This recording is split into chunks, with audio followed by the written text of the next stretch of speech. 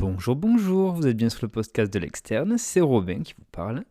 Et aujourd'hui, nous allons faire l'item 55, c'est donc de la psychiatrie, pédiatrie, un peu les deux, sur le développement psychomoteur du nourrisson et de l'enfant, avec tous les aspects normaux et pathologiques, notamment concernant le sommeil, l'alimentation, les contrôles sphinctériens, la psychomotricité, le langage, l'intelligence. Et on va parler également de l'installation précoce de la relation parent-enfant. Voilà, tout ça c'est le titre de la fiche Lisa, donc voilà, je pense que je vais trouver un petit raccourci pour récapituler tout ça. En tout cas, voilà, on va commencer par le développement psychomoteur normal du nourrisson, qui se situe entre 3 semaines de vie et 2 ans. Alors, le développement de l'enfant, il résulte des interactions entre ses caractéristiques individuelles et son environnement. Les acquisitions dans les différents domaines comme le langage, la motricité, le raisonnement et la socialisation sont indépendantes d'un enseignement formalisé, c'est-à-dire ce qu'on lui apprend à l'école, donc l'enseignement scolaire. Et voilà, c'est indépendant de ces enseignements formalisés, à la différence des apprentissages qui consistent en la lecture, l'écriture, le calcul.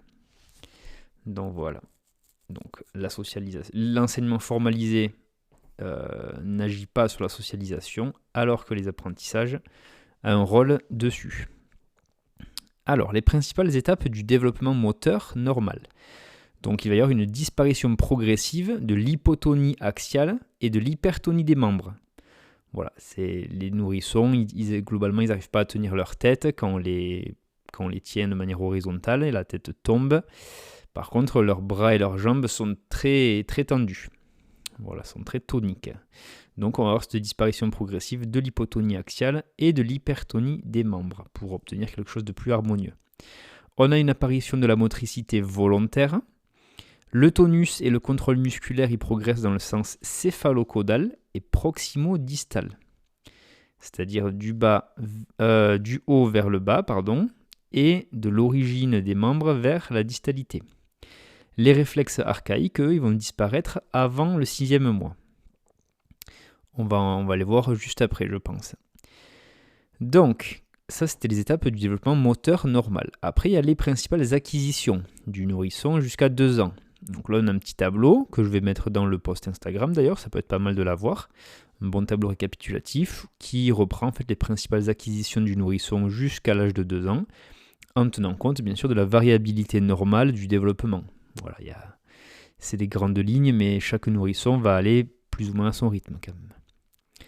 Alors, il va y avoir 4 colonnes en fonction de l'âge. Donc, il y aura la motricité globale, la motricité fine, la communication et le langage.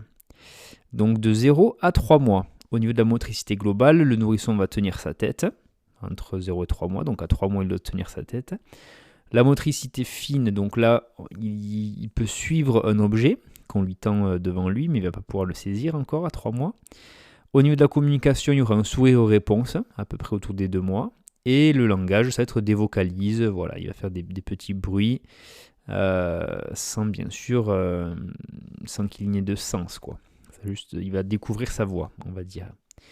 De 3 à 6 mois ensuite. Au niveau de la motricité globale, il va se tourner et il va aussi ramper. Donc il peut commencer à se déplacer.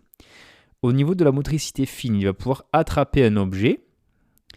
Voilà, avec la main à pleine main, il n'y aura pas encore la pince, ça vient plus tard. Au niveau de la communication, il va sourire spontanément, alors que c'était un sourire réponse jusqu'au 3e mois. Donc là, ça va être un sourire spontané. Et il va même rire à 4 mois. Voilà, avec des éclats de rire aussi qui vont arriver par là. Et au niveau du langage, donc en plus des vocalises, il va gazouiller, ce qu'on appelle les gazouilles. Donc voilà, il va faire des petits arreux, etc. Donc il va faire des choses un peu plus articulées, on va dire. Ça, c'était jusqu'à 6 mois. Entre 6 et 9 mois, donc là, c'est tous les 3 mois, il se passe à peu près quelque chose. Au début de vie, on a des belles différences voilà, d'un mois à l'autre déjà, et voilà, tous les 3 mois, tous les trimestres, c'est vrai qu'il y a des grosses progressions, on va dire. Donc là, de 6 à 9 mois, au niveau de la motricité globale, il va tenir assis, le bébé, sans support. Il va faire du 4 pattes, Donc là, du rampage, du rampement. Bon, il va ramper jusqu'à 6 mois. Et de 6 à 9 mois, il va commencer à se déplacer à 4 pattes. Au niveau de la motricité fine, il va pouvoir porter un objet à la bouche. C'est d'ailleurs là qu'au niveau de l'alimentation, il y aura la diversification. Bon, ça vient à peu près à partir du 4e, 5e mois.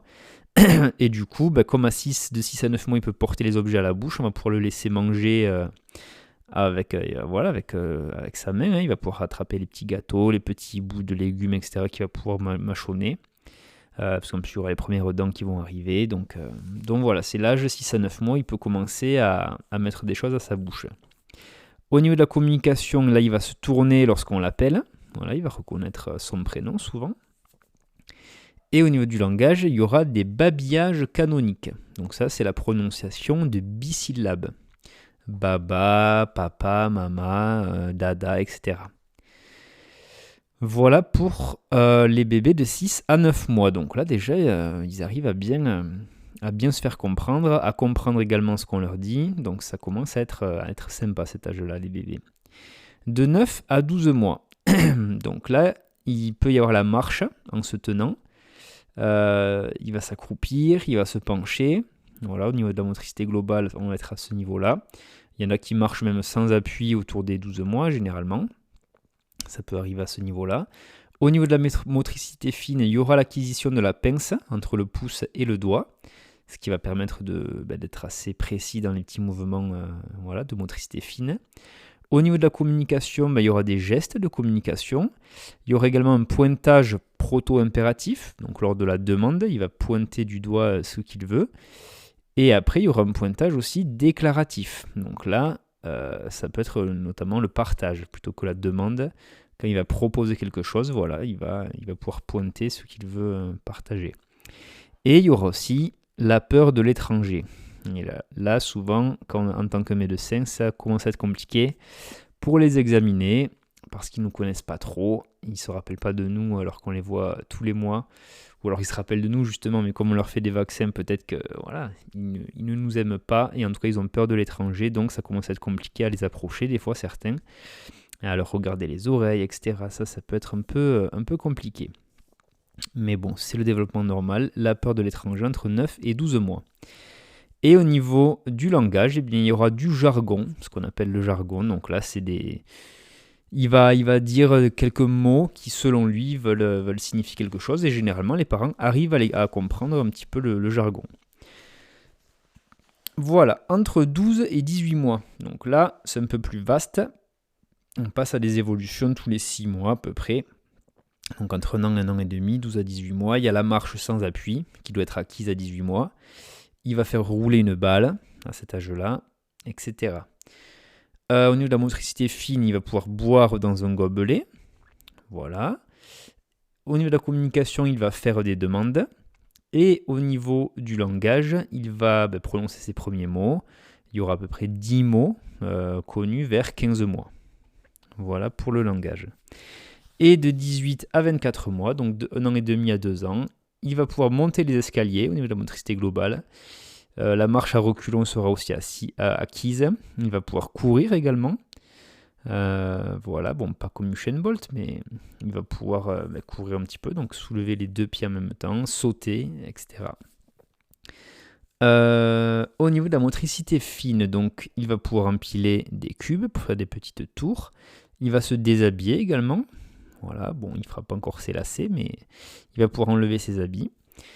Au niveau de la communication, il va pouvoir imiter les gens autour de lui ou les animaux, par exemple. Ils peuvent faire des bruits d'animaux, etc. Et au niveau du langage, eh bien là, il y a vraiment une explosion lexicale. Donc là, ça ne se compte même plus en nombre de mots. C'est vraiment, il y a un vocabulaire qui est très très important entre 18 et 24 mois. Et il va généralement associer 2 mots. Voilà, par exemple, yaourt, manger, des choses comme ça. Pour se faire comprendre, il va pouvoir associer des mots. Il n'y aura pas encore de phrases. Encore qu'à 2 ans, il y en a certains qui commencent à faire des petites phrases. Mais généralement, voilà, dans la norme, il y aura l'association de 2 mots. Entre 18 et 24 mois. Ok. Donc maintenant qu'on a vu les grandes lignes des acquisitions et du développement moteur du nourrisson, on va voir un petit peu les troubles, un petit peu les situations anormales de ce développement psychomoteur et voir un petit peu comment on peut les repérer. Donc, l'absence de l'acquisition psychomotrice à une borne d'âge supérieure définie sur la base du développement de la moyenne des enfants doit être considérée comme anormale. Donc, ce qu'on a vu juste avant, on a donné des dates. Si au-delà de la date limite, il n'y a pas l'acquisition qui est dans la moyenne du développement des enfants, c'est considéré comme anormal. Donc là, une anomalie du développement psychomoteur peut résulter soit de l'absence d'une ou de plusieurs acquisitions à un moment donné, on parlera de retard, ou ça peut être également, ça peut résulter d'une perte des acquisitions. Et donc là, on ne parle pas de retard, mais on parle de régression. Et cette anomalie du développement psychomoteur peut être isolée ou plus globale. Alors, pour repérer les situations anormales, déjà, il faut connaître les situations à risque. Donc là, ça va être, il y en a plusieurs, il y en a pas mal même, on va toutes les dire. Les situations à risque, ça va être lorsqu'il y a le frère ou la sœur ou même un parent du premier degré qui ont un trouble du neurodéveloppement. Voilà, il y a un facteur familial. Lorsqu'il y a une exposition prénatale à un toxique majeur du neurodéveloppement, notamment l'alcool, certains antiépileptiques, la grande prématurité, donc moins de 32 semaines d'aménorrhée, c'est également une situation à risque.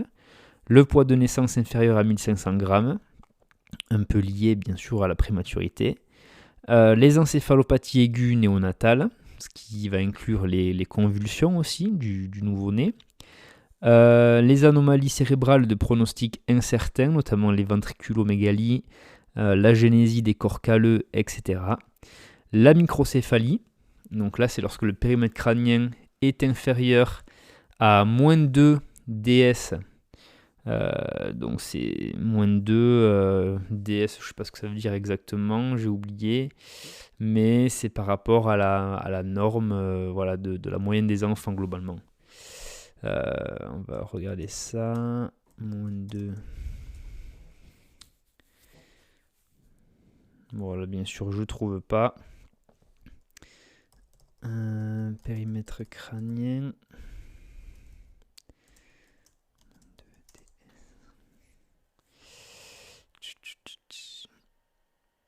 Ouais, bon, en tout cas, c'est ce qu'on retrouve sur les courbes. DS, bon, je sais plus ce que ça veut dire, mais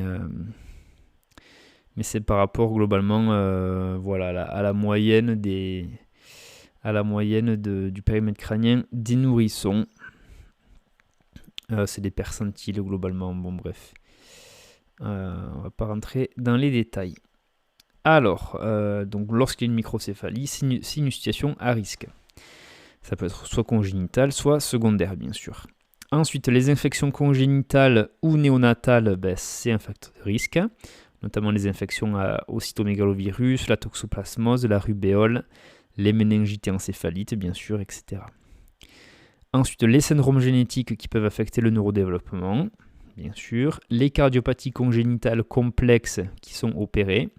C'est aussi un facteur c'est une situation à risque, en tout cas, qui peut mener à une acquisition psychomotrice anormale.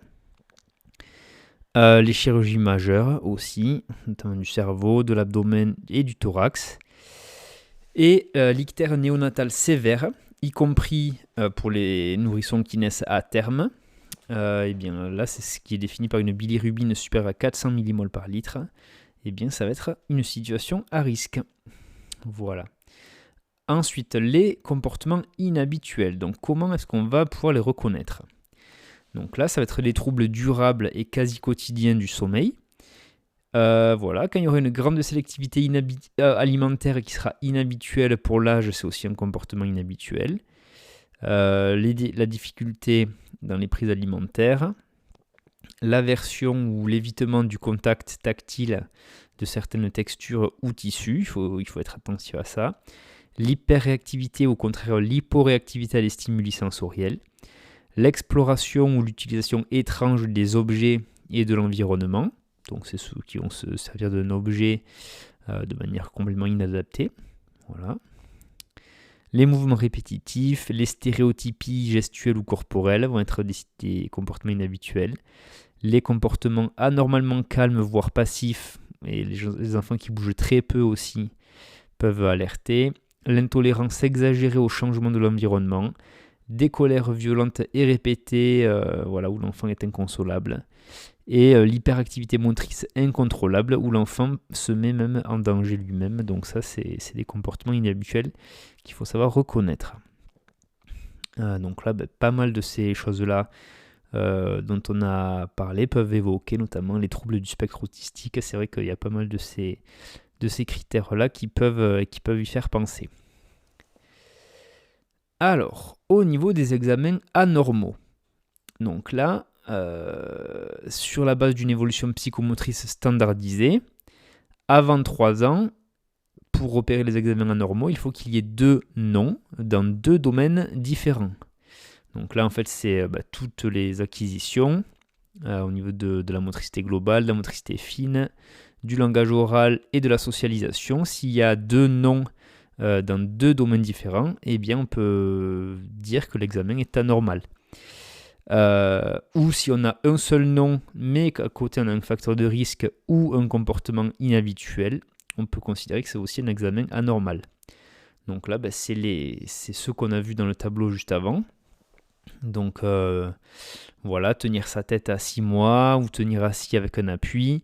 À 12 mois, c'est qu'il passe tout seul de la position couchée à la position assise. Il tient assis seul, sans appui et sans aide, le dos bien droit. Bon voilà, on va pas tous les redire, mais globalement, il y a plusieurs choses. Il y a plusieurs acquisitions dans la motricité globale et fine, dans le langage, etc., qui doivent être acquis à un certain âge. Et si il y en a qui ne sont pas acquis dans plusieurs domaines différents, on peut parler d'examen anormal. Voilà, et donc la conduite à tenir, on va faire l'anamnèse personnelle et familiale. Donc là, on va recueillir les premières inquiétudes, les étapes du développement, l'évolution, etc. Après, bien sûr, on va faire un examen clinique complet qui va comprendre le poids, la taille et le périmètre crânien. Et on va rechercher les signes d'appel qui vont orienter vers une atteinte centrale. Donc ça représente environ 70% des cas, donc c'est beaucoup. Dans 70% des cas, il y aura des troubles du neurodéveloppement. Et donc ça, c'est pour l'atteinte centrale. Et on peut aussi avoir un signe d'appel qui oriente vers une atteinte périphérique. Donc là, c'est plutôt 30% des cas, tout le reste, et ça sera plutôt les maladies neuromusculaires, les myopathies, etc. Alors, donc voilà, maintenant on a vu le développement psychomoteur normal du nourrisson jusqu'à 2 ans, et donc là on va voir celui de l'enfant, de 2 à 6 ans, et on va repérer les situations anormales. Donc là, il faut savoir que ça fait partie du rang A, dans la nouvelle classification des connaissances, donc c'est quelque chose de très important, qu'il faut bien connaître, et c'est pour ça que là, le tableau, je le mettrai aussi dans le post Instagram. Vous pourrez l'enregistrer, comme ça fera une bonne base de données pour avoir vite fait sous la main les développements psychomoteurs du nourrisson, de l'enfant, etc. Donc de 2 à 3 ans, juste avant qu'ils arrivent à l'école généralement. Donc là, ils vont sauter sur place, ils vont courir aisément, ils vont même grimper. Au niveau de la motricité fine, donc là ils peuvent s'habiller avec de l'aide. Ils vont manger seuls, ils vont pouvoir lancer une balle. Voilà. Au niveau de la socialisation, donc là ils vont jouer à plusieurs. Et au niveau du langage, ils peuvent nommer des images, ils comprennent les consignes, etc. De 3 à 4 ans, donc là, petite section globalement. Ils vont monter les escaliers en alternant, donc un pied après l'autre. Ils vont pouvoir sauter pieds joints, ils vont faire du tricycle.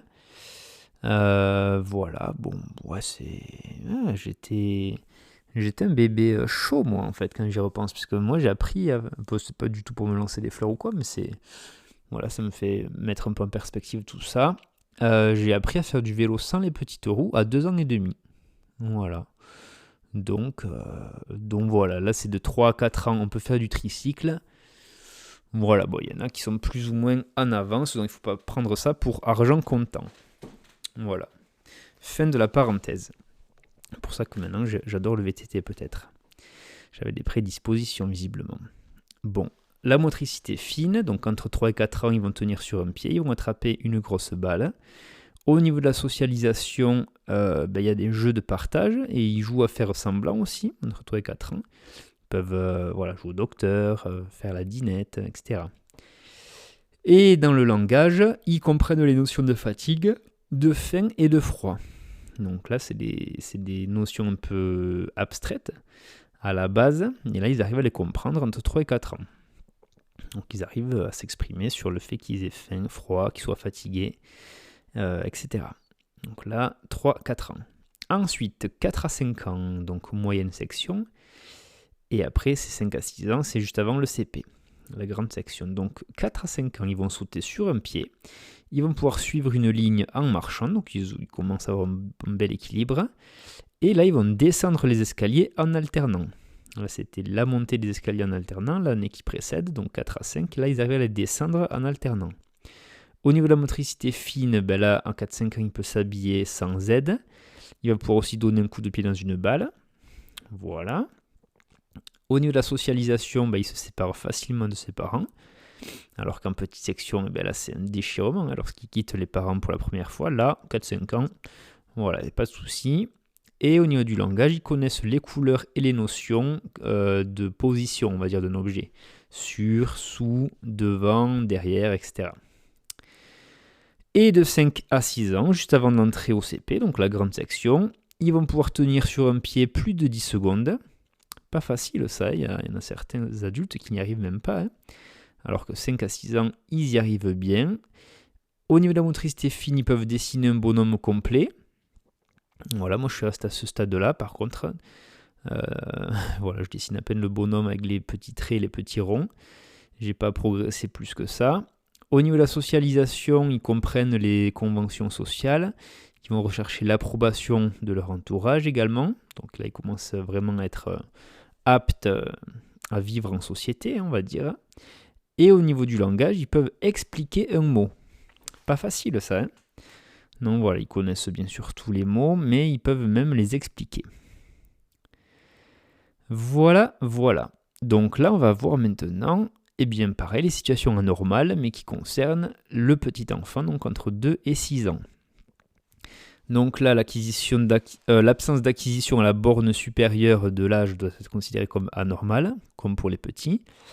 Et après 3 ans, donc là, pour le coup, il y a un petit tableau, là, pareil, qui reprend toutes les acquisitions. Et là, par contre, il faut qu'il y ait 3 noms dans 2 domaines différents, au lieu de 2. Ou il faut qu'il y ait 2 noms dans 2 domaines, plus un facteur de risque ou un comportement inhabituel. Donc, globalement, c'est un nom de plus pour les enfants de 2 à 6 ans, pour considérer que c'est anormal. Parce qu'il y a aussi plus de choses acquises et donc potentiellement qui ne le sont pas. Voilà, donc là, c'est tout ce qu'on a, évoqué juste avant. Voilà, les jeux imaginatifs, mais c'est un peu plus précis là. Donc c'est un peu moins important à connaître, c'est plus spécifique. Donc voilà, il faut voir les acquisitions plus en détail lorsqu'on veut dépister un développement anormal chez l'enfant. Et souvent, c'est les instituteurs, les institutrices à l'école qui alertent les parents sur les choses qui ne pourraient ne pas être acquises. Et c'est pour ça qu'en pédiatrie, là où je suis en stage actuellement, on voit des enfants qui ont été pas dépistés, mais qui ont alerté en tout cas les instituts et qui mettent en garde les parents. Et donc nous, on doit définir si oui ou non il y a une acquisition, un retard d'acquisition ou une régression, si jamais. Et voilà, pour voir s'il n'y a pas un problème sous-jacent. Ok. Alors, le développement normal de l'alimentation, du sommeil et du contrôle sphinctérien. Donc là, on va voir ça un peu plus en détail. Le repère développemental. Donc pour le sommeil, il y aura la périodicité jour-nuit qui est acquise à 6 mois. Donc à 6 mois, normalement, les enfants ils font leur jour et leur nuit classiques comme les adultes. Voilà, donc pour les futurs parents, les 6 premiers mois, bien sûr, ils peuvent ne pas être évidents à vivre. pour l'alimentation, donc là, les enfants vont mastiquer des aliments solides à 12 mois, donc à 1 an. Et au niveau de la propreté, le repère développemental, c'est la non-acquisition de la propreté diurne, donc la journée, à 30 mois. 30 mois, ça nous fait quoi? Ça nous fait du 3 ans... ça fait du 2 ans et demi. À 2 ans et demi, s'il n'y a pas une propreté diurne, s'ils ne vont pas au pot, par exemple, etc., ça commence à être quelque chose à repérer. Tac. Donc voilà, on va voir maintenant la prévalence des principaux troubles du développement intellectuel. Et donc là, les 2 causes les plus fréquentes de troubles du développement intellectuel sont la trisomie 21. Elle concerne un fœtus sur 700, donc c'est pas mal au final, mais il n'y a qu'une naissance sur 2000 du fait du diagnostic prénatal. Voilà, donc on arrive à dépister ça avant la naissance et donc à proposer une IVG si on le détecte. Ça, c'est le premier trouble du développement intellectuel majeur. Et après, il y a le syndrome de l'X fragile. Donc là, c'est une affection génétique liée au chromosome X. Et c'est une mutation instable dans le gène FMR1. Donc les lettres, FMR1. Et ça concerne un garçon sur 4000 et entre 1 sur 5000 et 1 sur 8000 filles. Donc 2 fois plus rare chez les filles à peu près que chez les garçons. Mais voilà, c'est quand même 2 fois à 4 fois plus rare que la trisomie 21. Donc c'est un peu moins fréquent. Voilà. Pour la prévalence maintenant des troubles du neurodéveloppement. Donc là, ce sont des troubles fréquents, en dehors des 2 causes qu'on vient de voir juste avant. Et ça touche plus souvent les garçons. Ils sont souvent associés entre eux d'ailleurs. Et il faut savoir qu'environ 10% de la population est concernée par un ou plusieurs troubles du neurodéveloppement. Donc les troubles du développement intellectuel, ça représente 2,5% de la population. Les troubles des acquisitions et des apprentissages représentent 8% de la population. Donc déjà on dépasse 10%, mais comme on l'a vu, c'est souvent associé, donc c'est pour ça que ça dépasse les 10% concernés par un trouble au moins du développement. Les TDAH, c'est 5% de la population. Le TSA, donc trouble du spectre autistique, c'est 1%. Les tics transitoires, donc là c'est beaucoup plus élevé, c'est de 5 à 20%. Et le syndrome de Gilles de la Tourette, ça représente 1% de la population. Donc ça, c'est tous les troubles du neurodéveloppement. Troubles intellectuels, troubles des acquisitions et des apprentissages, TDAH, donc déficit de l'attention avec hyperactivité, le TSA, trouble du spectre autistique, les tics transitoires, souvent c'est chez les enfants, et ça disparaît à l'adolescence et à l'âge adulte, et après on a le syndrome de Gilles de la Tourette.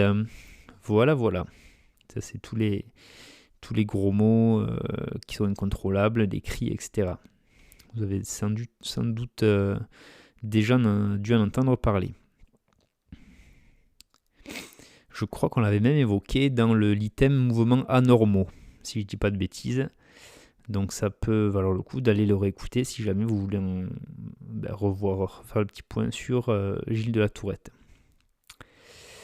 Alors, les facteurs de risque maintenant des troubles du neurodéveloppement. Donc il faut savoir que ces troubles sont multifactoriels. Les principaux facteurs de risque relèvent de la génétique, de l'environnement précoce et de l'interaction entre le gène et l'environnement. On va distinguer les formes syndromiques de troubles du neurodéveloppement, on va les appeler TND parce que c'est trop long à dire. Donc il y a des formes syndromiques de TND, ce qui représente environ 15%, pour lesquelles un facteur étiologique est identifié. Par exemple, une anomalie génétique ou une exposition environnementale in utero à l'alcool. Et ensuite, les TND pour lesquels des facteurs de risque sont probablement impliqués, avec des facteurs de confusion possibles pour les facteurs d'environnement, ça va être les variations génétiques fréquentes, la prématurité ou le faible poids de naissance, les deux sont souvent liés, l'âge parental élevé également, l'exposition fœtale à des toxiques ou certains médicaments, le faible niveau socio-économique et également le défaut de stimulation de l'enfant. Voilà, ça peut provoquer des TND, voilà, avec des facteurs d'environnement. Alors, les modalités de repérage des dysfonctionnements relationnels cette fois-ci. Donc au niveau des interactions entre l'enfant et l'adulte, et le parent généralement. Donc là, les interactions précoces parent-enfant sont stables et sécurisantes la plupart du temps, et elles ont un rôle central dans le développement affectif et cognitif du bébé et du futur enfant et adulte. Les interactions et les environnements délétères, comme les expositions à des événements traumatiques, ont eux également des conséquences diverses, dont les troubles de l'adaptation et les états de stress post-traumatique qui peuvent amener des troubles du développement normal de l'enfant. Et d'ailleurs, à l'âge adulte, les personnes qui ont des troubles de santé, troubles un peu psychiatriques, de sociabilisation, etc., c'est vrai qu'on retrouve souvent le contexte d'événements traumatiques dans l'enfance. Voilà, c'est souvent très, très rare, très lié. C'est pas rare, justement, c'est souvent très lié. Donc voilà, c'est des choses qu'il faut essayer d'éviter au maximum, bien sûr. Les troubles réactionnels de l'attachement. Donc là, ça va résulter en fait de carences extrêmes. Ça, c'est des conditions nécessaires pour le diagnostic, justement, de troubles réactionnels de l'attachement. Ça va être des carences affectives, du coup, une séparation brutale, par exemple, avec les figures d'attachement, ou alors des abus, des maltraitances ou des négligences importantes qui peuvent des fois se rapporter à de la maltraitance presque. Voilà, donc ça, c'est des carences extrêmes. Et il y a deux types de manifestations de troubles réactionnels de l'attachement. Il va y avoir le contact inhibé avec un retrait relationnel, ou au contraire une excessive familiarité. Donc voilà, quelque chose de très, très exacerbé, soit dans un sens, soit dans l'autre. Alors, maintenant on va voir comment on fait le diagnostic, à proprement parler, d'un trouble du neurodéveloppement, et quelles sont les modalités de ce diagnostic. Donc le terme neurodéveloppement est réservé au développement des fonctions supérieures, c'est-à-dire le développement intellectuel, cognitif et comportemental. Les enfants qui ont des troubles moteurs par lésion du système nerveux central, par exemple une paralysie cérébrale ou une lésion périphérique, donc notamment les myopathies, ces enfants-là peuvent avoir également des troubles du neurodéveloppement. Donc voilà, c'est pas parce qu'ils ont des troubles moteurs qu'ils n'ont pas de troubles du neurodéveloppement, donc intellectuel, cognitif et comportemental. Il peut y avoir les deux. Les caractéristiques communes des troubles du neurodéveloppement, donc des TND. Il y a déjà un déficit du développement, comme son nom l'indique, dans un ou plusieurs domaines. Ça peut être la motricité, le langage, la mémoire, l'attention, les fonctions exécutives, le raisonnement verbal, les interactions sociales, les apprentissages, etc. Plein de domaines différents qui peuvent évoquer un déficit du développement. Après, il y aura un retentissement fonctionnel dans différents milieux de vie. Et enfin, les caractéristiques communes des TND, ça va être le début dans l'enfance, même si parfois ça peut être repéré tardivement et donc ça peut passer un peu inaperçu. L'évaluation de ces TND va nécessiter une anamnèse, un examen clinique et des évaluations pluridisciplinaires avec des questionnaires ou des tests standardisés. Les écarts de plus de 1,5 écart type et des notes inférieures au 7e percentile indiquent des performances basses qui sont analysées en fonction du contexte et du jugement clinique. Les troubles du neurodéveloppement sont appelés spécifiques lorsqu'ils ne sont pas mieux expliqués par un autre trouble, par exemple un retard de langage dans un contexte de déficit auditif, etc. Donc, les différents types de troubles du neurodéveloppement. Donc là, ça nous ramène à l'item 67 pour le TDAH et le TSA, qu'on n'a pas encore fait, mais que on fera un peu plus tard. Il y a des troubles du développement intellectuel, des troubles de la communication, des troubles développementaux de la coordination, donc ce qu'on appelle les TDC, développemental de la coordination, et les TIC. Donc ça c'est, et après il y a aussi le TDAH et le TSA qu'on verra spécifiquement dans un item dédié. Donc pour les troubles du développement intellectuel, il peut y avoir des déficits globaux des capacités mentales avec un retentissement fonctionnel, dont la sévérité est définie selon le niveau d'assistance à l'enfant. Donc un déficit du développement intellectuel léger, ça va être une assistance pour la scolarité et les actes complexes du quotidien. Donc ceux qui ont une aide scolaire, les AES je crois. Voilà. Après, le déficit moyen, ça va être l'assistance dans plusieurs domaines, et pas seulement la scolarité et les actes complexes. La sévérité grave, ça va être l'aide pour les activités simples. Et la sévérité profonde, donc le trouble du développement intellectuel profond, ça va être une communication très limitée et une assistance globale pour tout ce qu'il y a dans la vie de l'enfant. Voilà pour les troubles du développement intellectuel. Pour les troubles de la communication maintenant. Donc là, ça va être les troubles de la parole qui touchent l'articulation ou la fluence. Ça peut être les troubles du langage, donc là des dysphasies, ce qu'on appelle. Sur le versant expressif, ça peut être aussi réceptif, donc plutôt la compréhension, ou ça peut être un trouble mixte, donc défaut de compréhension et d'expression. Plusieurs types selon les atteintes prédominantes, donc ça peut être de la phonologie, du lexique, de la syntaxe. Ça peut être aussi pragmatique, une atteinte pragmatique, c'est-à-dire ce qui va toucher les fonctions de communication dans le langage. Donc ils n'arriveront pas à bien communiquer tout simplement par le biais du langage. Et tous ces troubles de la communication vont nécessiter un bilan orthophonique. Voilà. Ensuite, les troubles développementaux, le trouble développemental de la coordination, les TDC. Anciennement, on appelait ça les troubles de l'acquisition des coordinations, qui s'appelle aussi la dyspraxie. Donc voilà, maintenant c'est un peu plus classe, c'est troubles développementaux de la coordination, donc TDC. Ça va être les difficultés d'automatisation des séquences motrices. Ça peut être dans différents domaines, la sphère orale, la motricité fine, les coordinations globales. Et ça va se manifester par des lenteurs dans l'exécution de certains gestes, des maladresses, des difficultés d'alimentation, des troubles du graphisme, etc. Et enfin, dernière catégorie des troubles, des TND, ça va être les tics. Donc là, c'est des mouvements soudains, rapides, récurrents, qui vont fluctuer au cours du temps. Ça peut être des tics moteurs ou vocaux, qui peuvent presque se rapprocher des fois de la maladie de Gilles de la Tourette. Ça peut être transitoire ou chronique.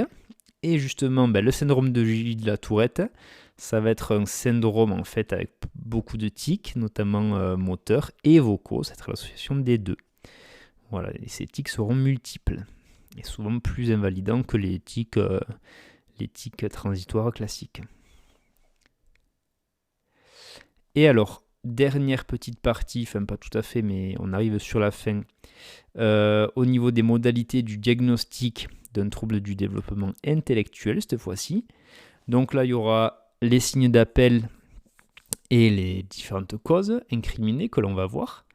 Et donc là, les signes d'appel, ça va être le retard de langage, le retard psychomoteur, les difficultés d'apprentissage avec des difficultés qui peuvent affecter plusieurs domaines, donc notamment la compréhension, le raisonnement, la résolution de problèmes, la planification, les capacités de synthèse et d'abstraction.